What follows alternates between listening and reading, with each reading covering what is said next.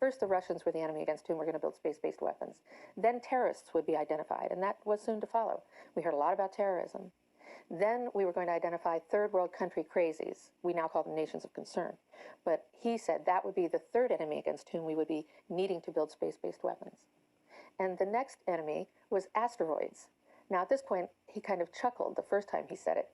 Asteroids, against asteroids, we're going to build space-based weapons. So it was funny then. And the funniest one of all was against what he called aliens, extraterrestrials. That would be the final card. And over and over and over, during the 4 years that I knew him and was giving his speeches for him, he would bring up that last card. And remember, Carol, the last card is the alien card. We're going to have to build space-based weapons against aliens. And all of it, he said, is a lie. A lie. I couldn't help at one point in my discussions privately with General Secretary Gorbachev, when you stop to think that we're all God's children, wherever we may live in the world, I couldn't help but say to him, just think how easy his task and mine might be in these meetings that we held if suddenly there was a threat to this world from some other species, from another planet, outside in the universe. We'd forget all the little local differences that we have between our countries, and we would find out once and for all that we really are all human beings here on this earth together.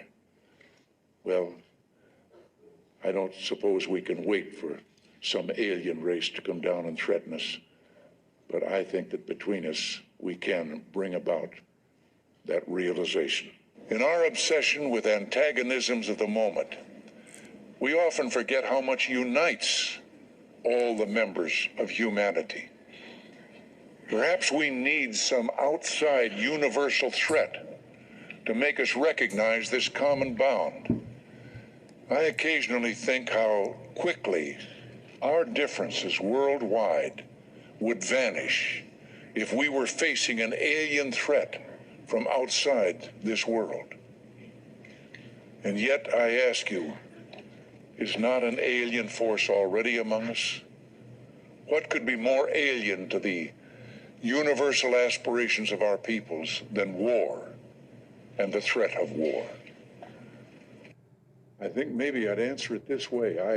I keep, in my frustration sometimes, actually, if you count some of the things going on in smaller countries and all, there have been about 114 wars since World War II. But I've often wondered, what if all of us in the world discovered that we were threatened by a power from outer space, from another planet? Wouldn't we all of a sudden find that we didn't have any differences between us at all? We were all human beings, citizens of the world, and wouldn't we come together to fight that particular threat? All of it, he said, is a lie. A lie.